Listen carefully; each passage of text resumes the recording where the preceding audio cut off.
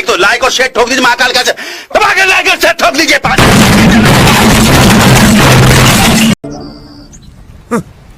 Thanks.